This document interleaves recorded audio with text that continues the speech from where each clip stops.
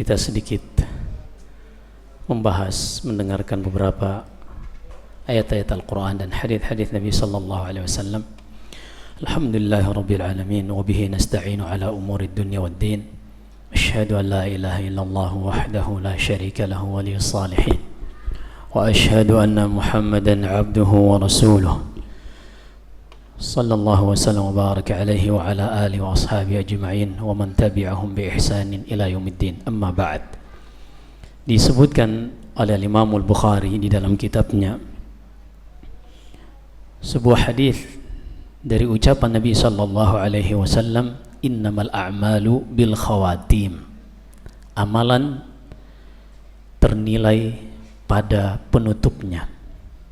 Amalan seorang hamba yang ia lakukan, baik itu yang skala umum dari pertama umurnya sampai akhir umurnya, ataukah pada momen-momen yang Allah subhanahu wa ta'ala jadikan seperti mawasimul hajj, musim-musim haji, atau seperti yang kita sekarang berada di dalamnya, bulan Ramadan.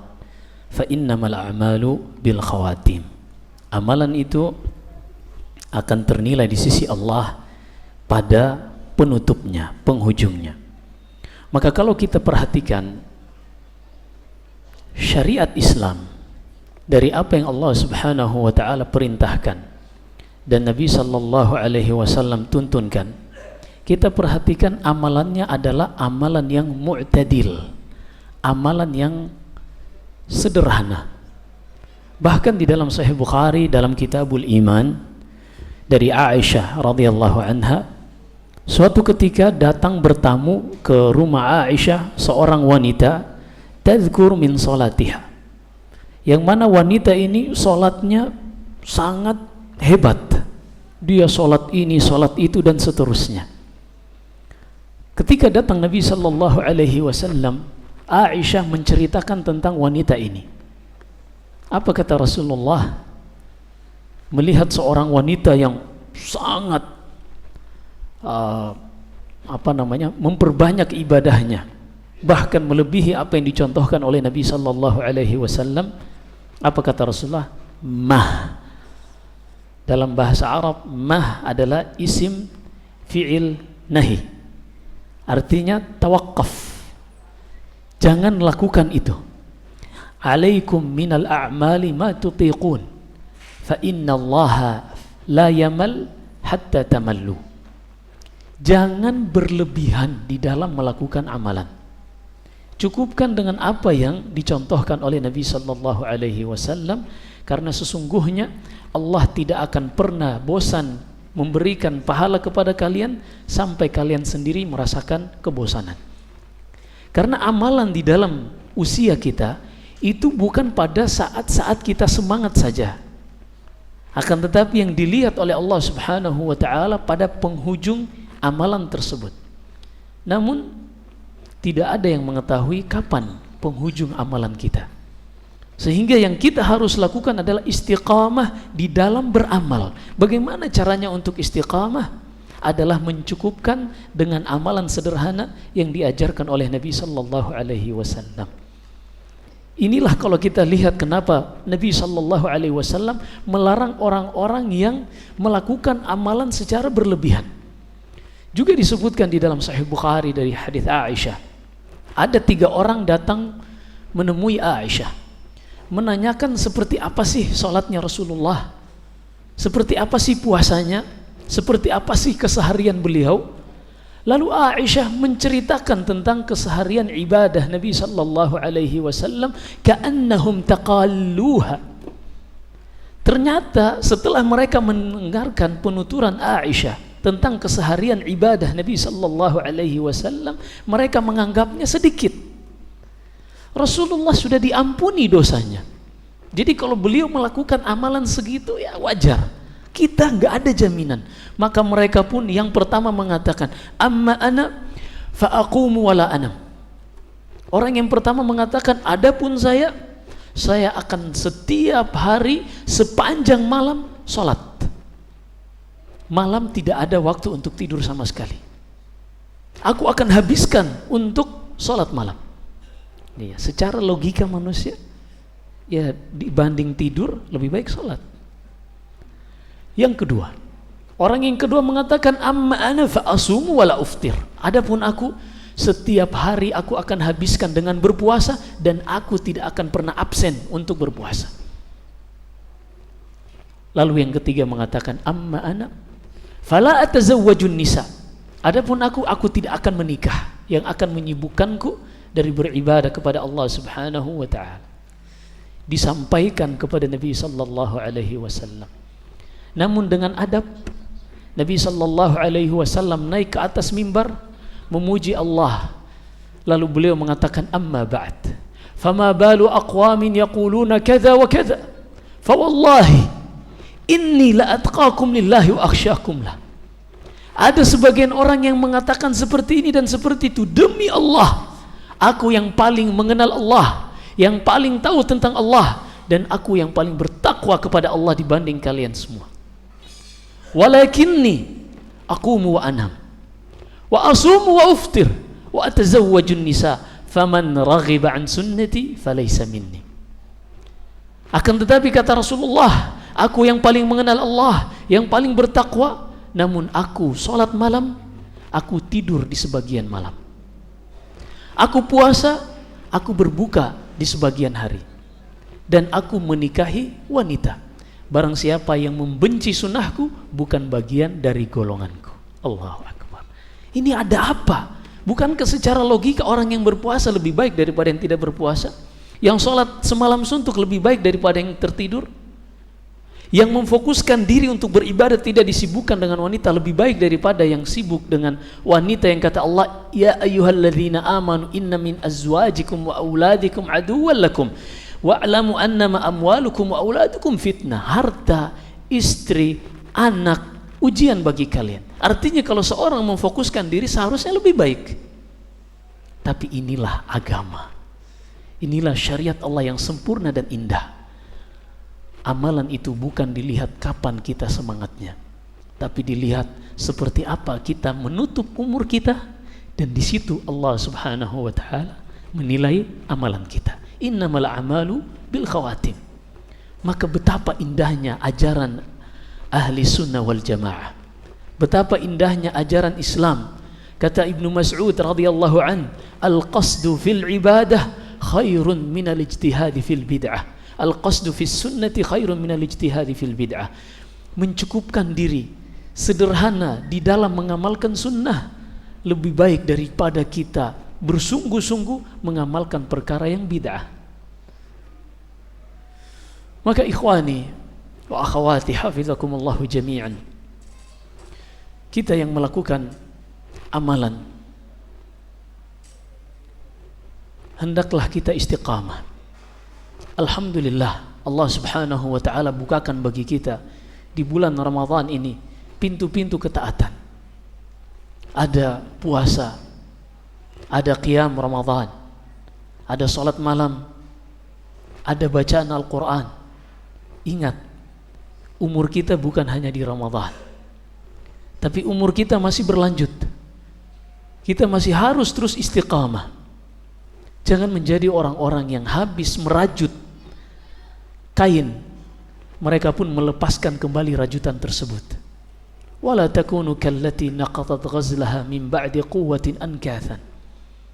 Maka kita yang sudah beramal di bulan Ramadan, ingatlah, Allah tidak melihat kita cuma di bulan Ramadan, tapi yang menjadi patokan penilaian di sisi Allah adalah ketika kita menutup usia kita dan kita istiqamah di dalam melakukan amalan. Dari hadis Abu Hurairah di dalam Sahih Bukhari, Nabi sallallahu alaihi wasallam bersabda, "Idza ahabba Allahu 'abdan ista'malah." Jika Allah mencintai seorang hamba, Allah akan gunakan hamba tersebut. Qalu wa masta'mala ya Rasulullah. Para sahabat bertanya, "Ya Rasulullah, seperti apa Allah menggunakan hamba itu?" Qala yuwaffiquhu lil a'mali salihah thumma yatawaffahu 'alaiha. Allah Subhanahu wa ta'ala akan memberikan taufik baginya melakukan amal-amal saleh, kemudian Allah mewafatkan ia di atas amal saleh tersebut. maka istiqamah adalah yang paling dicintai oleh Allah Subhanahu wa taala, sebagaimana sabda Nabi sallallahu alaihi wasallam, ahabbul amali ilaihi ma dama alaihi sahibuh, sebagaimana yang ditabwib oleh Bukhari, amalan yang paling dicintai oleh Allah adalah amalan yang hamba istiqamah di dalam melakukannya, continue, walaupun amalan tersebut sederhana. Jadi melihat amalan itu bukan dengan logika dan kalkulasi manusia, tapi dengan syariat, bagaimana Allah memerintahkan dan bagaimana Nabi sallallahu alaihi wasallam mencontohkannya. Maka yang wajib bagi kita adalah melaksanakan perintah Allah dengan menjadikan Nabi sallallahu alaihi wasallam sebagai tuntunan kita. Apa yang diperintahkan oleh Allah, apa yang diperintahkan oleh Rasulnya, laksanakan. Apa yang tidak diperintahkan oleh Allah dan apa yang tidak diperintahkan oleh Rasulnya, cukupkan diri kita dengan apa yang diperintahkan. Kata Nabi sallallahu alaihi wasallam, "Ma nahaitukum anhu fajtanibuh wa ma amartukum bihi fa'tu minhu mastata'tum." Apa yang aku larang kalian darinya, jauhi. Dan apa yang aku perintahkan, lakukanlah semampu kalian. Lihat di sini, ketika larangan kita diperintahkan semaksimal mungkin, tidak ada tambahan semampunya. Larangan harus ditinggalkan. Adapun perintah muqayyad bil qudrah. Ketika itu perintah, Nabi sallallahu alaihi wasallam mengaitkannya dengan kemampuan. Ini indahnya syariat kita. Jadi bagaimana kita bisa beramal di dalam syariat ini? Apa yang Allah perintahkan, apa yang Rasulnya perintahkan, kerjakan, jangan melebihkan. Jangan juga mengurangi hingga ada namanya al-ikhlal, hingga akhirnya menghilangkan hal-hal yang seharusnya dilakukan di dalamnya. Maka ini yang kita ingatkan di hari-hari terakhir Ramadan ini. Semoga Allah Subhanahu wa taala sebagaimana Ia memberi taufik kepada kita untuk istiqamah dari 1 Ramadan hingga 29 Ramadan hari ini, Ia juga menjadikan kita hamba-hamba yang terus istiqamah di dalam melakukan ketaatan hingga penghujung umur kita nanti. Dan kita memohon kepada Allah menganugerahkan kepada kita husnul khatimah dan menjauhkan kita dari su'ul khatimah, karena kita tidak boleh maghrur, tertipu dengan amalan kita. Disebutkan dari hadis Ibnu Mas'ud radhiyallahu an, Nabi sallallahu alaihi wasallam bersabda, "Inna ahadakum la ya'malu bi'amali ahli al-jannah hatta ma yakunu bainaha wa bainahu illa dhira', fayasbiqu alaihi al-kitab fayamalu bi'amali ahli an-nar fayadkhuluha." Ada sebagian dari manusia yang mereka melakukan amalan-amalan penghuni surga semasa hidupnya, namun takdir telah mendahuluinya di sisi Allah Subhanahu wa taala, sehingga di penghujung kehidupannya ia beramal dengan amalan penghuni neraka. Ia pun diwafatkan di atas amalan tersebut, maka dia masuk ke dalam neraka. Wa inna ahadakum la ya'malu bi'amali ahli an-nar hatta ma yakunu bainaha illa dhira'. Dan ada di antara manusia yang melakukan amalan penghuni neraka sampai tidak tersisa jarak antara dia dengan neraka kecuali 1 jengkal. Artinya tidak ada yang menghalanginya untuk masuk neraka kecuali kematian. Fayasbiqu alaihi alkitab fayamalu bi'amali ahli jannati fayadkhuluha. Takdir di sisi Allah telah mendahuluinya hingga akhirnya di akhir kehidupannya Allah berikan ia taufik melakukan amal saleh, ia pun diwafatkan di atas amalan tersebut dan dia menjadi penduduk surga. Mendengar hadis ini, hendaknya kita memiliki kewaspadaan di dalam diri kita. Kita tidak merasa aman. Walaupun para ulama memberikan taqyid dalam hadis dalam Sahih Bukhari, kata Nabi sallallahu alaihi wasallam, "Inna minan nas man ya'malu bi'amali ahli al-jannati fima yabdu lin-nasi wa huwa min ahli an-nar." Ada sebagian manusia yang melakukan amalan-amalan penduduk surga yang terlihat oleh manusia. Jadi dia melakukan amalan penduduk surga, ketaatan, sholat, puasa, sedekah dan seterusnya, ternyata yang terlihat oleh manusia. Adapun di dalam hatinya ada keburukan yang dibenci oleh Allah Subhanahu wa taala. Apa itu? Kesombongan, merendahkan orang lain, menolak kebenaran, sehingga kejelekan ini dibongkar oleh Allah Subhanahu wa taala di akhir kehidupannya, maka dia pun dikembalikan kepada hatinya dan dia melakukan amalan penduduk neraka dan masuk ke dalam neraka. Namun ada sebagian dari manusia yang lingkungannya mengarahkan dia untuk melakukan amalan-amalan kejelekan karena kejahilannya, faktor lingkungan, di lingkungannya orang-orang yang tidak mengindahkan syariat Allah, hingga akhirnya ia pun ikut tenggelam di dalam kemaksiatan. Tapi Allah mengetahui orang ini di dalam hatinya ada kebaikan, suka dengan kebenaran, hanya karena faktor lingkungan terus menjauhkannya, hingga akhirnya di akhir kehidupannya, karena Allah mengetahui kebaikan di dalam hati orang tersebut, Allah berikan taufik kepadanya, dan ia di akhir penghujung kehidupannya dia mengamalkan amalan penduduk surga, dia pun diwafatkan di atas amalan tersebut dan masuk surga.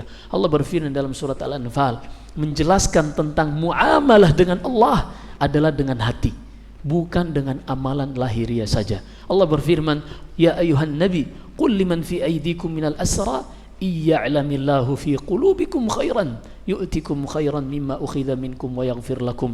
Wahai nabi, katakan kepada tawanan-tawanan perang kalian, kalau seandainya Allah mengetahui di dalam hati kalian ada kebaikan, Allah akan berikan kepada kalian kebaikan lebih baik daripada apa yang diambil dari kalian. Maka muamalah dengan Allah adalah dengan hati. Bahkan Ibnu Hajar menyebutkan ijma' para ulama, anna a'malad dunya 'ala dhahir wa amma a'malu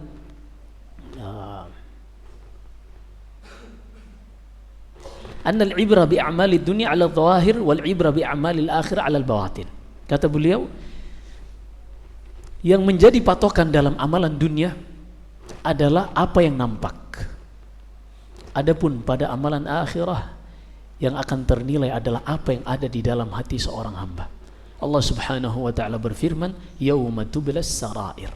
Hari di mana apa yang tersembunyi di dalam hati akan ditampakkan semua di sisi Allah Subhanahu wa taala. Maka hal-hal seperti ini ketika kita dengarkan, kita tidak menunjuk ke orang lain.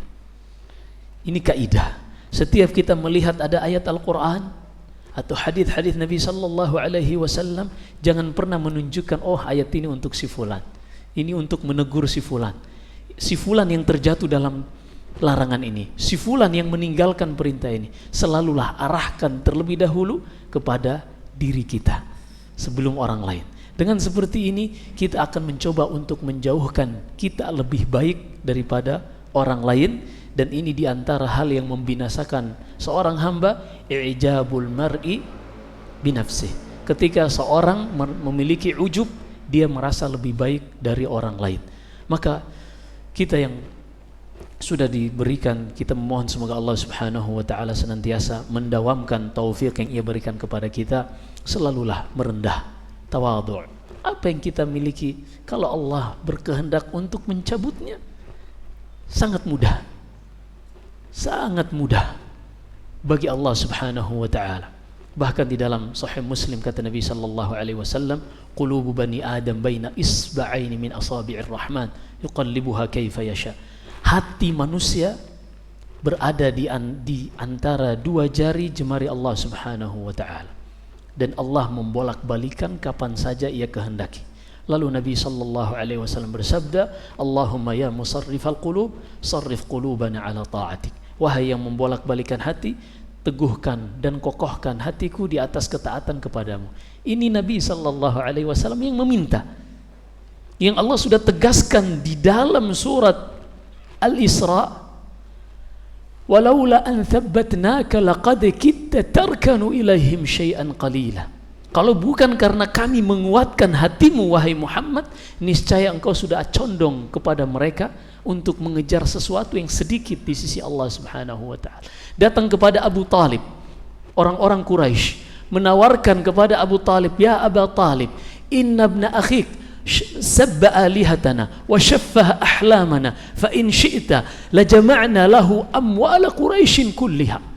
Wahai Abu Talib, sesungguhnya anak saudaramu ini sudah mencela Tuhan-Tuhan kami, patung-patung kami, dan merendahkan nenek moyang kami. merendahkan amalan-amalan kami. Kalau seandainya yang dia inginkan adalah harta, kami akan kumpulkan harta orang-orang Quraisy dan kami jadikan dia adalah manusia yang paling kaya di tengah kami. Kalau seandainya dia menginginkan perempuan, kami akan carikan wanita yang paling cantik dari wanita Quraisy, kami nikahkan ia dengannya. Apa kata Nabi sallallahu alaihi wasallam? Ya am, law annahum wada'u asy-syams ala yamini wal qamar ala yasari ala an atruka hadha ad-din ma taraktuh. Wahai pamanku, kalau seandainya mereka sanggup meletakkan matahari di tangan kananku dan bulan di tangan kiriku agar aku mau meninggalkan agama ini, aku tidak akan pernah menerima tawaran tersebut. Kenapa beliau bisa setegas ini? Laula an thabbatnak. Itu semua karena tathbit, penguatan dan pengokohan dari Allah Subhanahu wa taala. Ini Nabi sallallahu alaihi wasallam terus meminta kepada Allah. Lalu kita, maka ini di antara renungan yang perlu kita hayati di akhir-akhir Ramadan. Jangan pernah memandang orang yang berbeda dengan kita, apalagi mungkin yang sepertinya mereka terlihat tidak sesemangat kita dalam beribadah. Orang-orang mungkin yang tidak sempat beriktikaf karena ada urusan masing-masing. Orang-orang mungkin yang tidak sempat qiyamul lail. Jangan pernah menganggap rendah mereka, karena kita tidak tahu apa yang ada di dalam hati mereka. Mungkin mereka ingin, tapi ada uzur, sebagaimana dalam hadis Jabir bin Abdullah radhiyallahu anhuma dalam Sahih Bukhari dan Sahih Muslim, kata Nabi sallallahu alaihi wasallam ketika mereka sedang berjihad safar, beliau mengatakan, inna bil madinati ikhwanakum ma sirtum masiratan wala qata'tum wadiyan illa syarakukum fil ajr habasahumul uzur. Tahukah kalian wahai sahabat-sahabatku, di kota Madinah mereka hanya duduk-duduk saja, tapi hebatnya tidaklah kalian melangkah satu kaki atau melewati bukit dan lembah, melainkan mereka bersama-sama kalian di dalam mendapatkan pahala. Kok bisa? Habasahumul uzur. Mereka sebenarnya ingin berjuang bersama kita, tapi masing-masing ada uzur yang menghalangi mereka.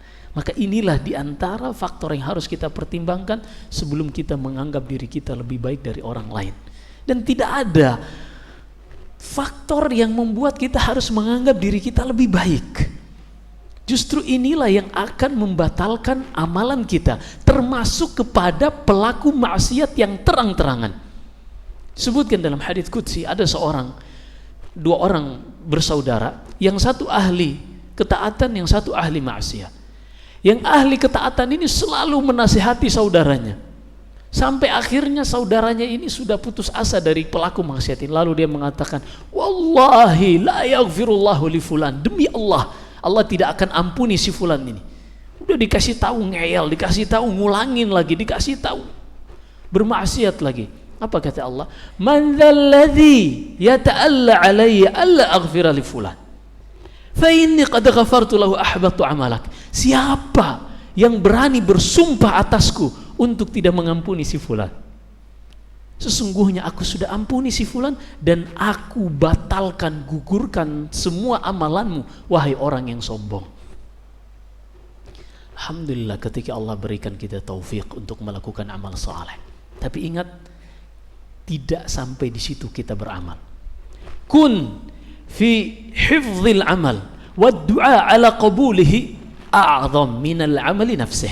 Kata sebagian salaf, jadilah kalian orang-orang yang menjaga amalan mereka dan meminta kepada Allah agar amalan mereka diterima setelah mereka beramal, lebih besar, lebih selalu kontinu untuk meminta dibanding melakukan amalan itu sendiri. Jadi tidak cukup hanya kita beramal saja. Ternyata ada amalan-amalan yang sudah dilakukan bisa batal. Contohnya di dalam suratul Baqarah Allah berfirman, ya ayyuhalladzina amanu la tubtilu sadaqatikum bil manni wal adha. Wahai orang-orang beriman, janganlah kalian membatalkan pahala sedekah yang telah kalian keluarkan dengan al-man atau al-adha. Apa arti al-man? Al-man artinya seorang menyebut-nyebut apa yang telah ia sedekahkan agar dipuji oleh orang lain. Ini membatalkan sedekahnya. Yang kedua al-adha. Apa itu? Seorang menyebut-nyebut sedekah yang telah ia keluarkan agar ia menyakiti hati orang yang telah diberikan sedekahnya itu. Hati-hati, keduanya ini dilakukan setelah sedekah itu diberikan, dan itu membatalkan amalan. Dan seorang setelah selesai sholat, dia kembali mengulang-ulangi sholat, mengulang-ulangi menyebutkan sholatnya, oh Masya Allah, walaupun itu hanya sekedar cerita yang tidak ada alasan, tidak ada pembenaran untuk menyebutkan Masya Allah kita sholat si fulan. Juga menjaga saudara kita, tidak usah menyebutkan Masya Allah si fulan waktu anak sholat di sampingnya khusyuk banget, di depan saudara kita sendiri. Jangan membantu syaitan untuk menghancurkan saudara kita. Cukup diam, jadikan amalanmu antara engkau dengan Allah subhanahu wa ta'ala. Bukankah yang membalasnya hanya Allah? Lalu kenapa kita ceritakan kepada orang lain yang tidak akan membalasnya sama sekali? Justru merugikan kita, akan membatalkan amalan kita. Maka ini diantara renungan yang perlu kita perhatikan. Semoga Allah subhanahu wa ta'ala menjadikan kita hamba-hamba yang diberi taufik, paham akan agama ini, bukan hanya sekedar ikut-ikutan, tapi kita menghayati syariat Allah subhanahu wa ta'ala. Ketahuilah, tidak ada satupun syariat Allah, baik itu perintah maupun larangan, melainkan di dalamnya ada hikmah yang menjadi maslahat manusia. Allah berfirman di dalam suratul Al-Anfal, ya ayyuhalladzina amanu stajibu lillahi walir rasulil idza da'akum lima yuhyikum. Wahai manusia, wahai orang-orang beriman, penuhi seruan Allah dan Rasulnya jika keduanya mengajak kalian, menyeru kalian kepada perkara yang bermaslahat bagi kalian. Maka tidak ada satupun perintah, tidak ada satupun larangan, melainkan di dalamnya ada maslahat bagi seorang hamba. Hanya sekarang, siapa yang pernah menguak dan ingin mencari tahu, mempelajari maslahat apa dari amalan-amalan yang kita lakukan? Masih panjang perjalanan kita untuk memahami syariat Allah. Lalu kita ingin menghabiskan umur kita hanya untuk mengejar dunia dan dunia terus yang telah Allah jamin kita tidak akan meninggal sampai rezeki kita habiskan. Bahkan kata Nabi sallallahu alaihi wasallam, "Lau anna ahadakum haraba min rizqihi la adrakahu kama yudrikuhul maut." Kalau seandainya seorang dari kalian berusaha berlari dari rezekinya, niscaya rezekinya itu akan mendatanginya, akan mendapatinya sebagaimana maut mendatangi dan mendapatinya. Maka Allah perintahkan kita untuk bekerja. Allah perintahkan kita untuk cari rezeki. Haram hukumnya seorang membinasakan dirinya dengan tidak makan. Haram. Wala tulqu biaidikum ila tahluka. Akan tetapi Allah juga melarang kita jangan sampai harta, keluarga dan apa yang kita miliki melalaikan kita dari berzikir kepada Allah Subhanahu wa taala. Ya ayyuhalladzina amanu la tulhikum amwalukum wala auladukum an dzikrillah. Perhatikan dua ayat di akhir surat Al-Munafiqun ini. Dengannya kita tutup majelis kita ini insyaallah. Allah berfirman, wahai orang-orang beriman, janganlah harta dan keturunan kalian melalaikan kalian dari berzikir kepada Allah. Siapa yang melakukan hal tersebut, dialah orang yang merugi. Kemudian pada ayat setelahnya Allah berfirman, wa anfiqu mimma razaqnakum. Infakkanlah apa yang telah kami rezekikan untuk kalian. Coba perhatikan dua ayat yang pertama tadi. Wahai orang-orang beriman, janganlah harta dan keturunan melalaikan kalian. Tapi pada ayat setelahnya Allah perintahkan kita untuk menginfakkan apa yang direzekikan kepada kita. Tidak mungkin kita mendapatkan rezeki hanya diam di dalam rumah, tidak bekerja. Sunnatullah, tidak akan terjadi hal tersebut.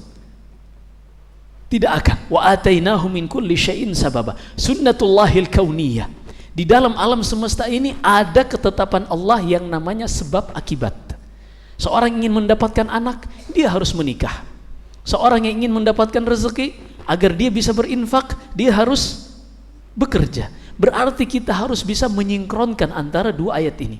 Silakan bekerja, tapi jadikan pekerjaan kita itu semakin mendekatkan diri kita kepada Allah Subhanahu wa taala, tidak melalaikan kita. Justru pekerjaan kita itulah yang menjadi bekal kita, sarana kita untuk berjumpa dengan Allah Subhanahu wa ta'ala. Wallahu alam. Apabila ada benarnya semata-mata datangnya dari Allah Subhanahu wa taala, ada kesalahan dan kekurangan famini wa minasyaitan. Wa astaghfirullah li wa lakum wa akhiru da'wana alhamdulillahi rabbil alamin. Sallallahu wasallam wa baraka ala nabiyyina Muhammad. Subhanakallahumma wa bihamdik asyhadu an la ilaha illa anta astaghfiruka wa atubu ilaik. Assalamualaikum warahmatullahi wabarakatuh.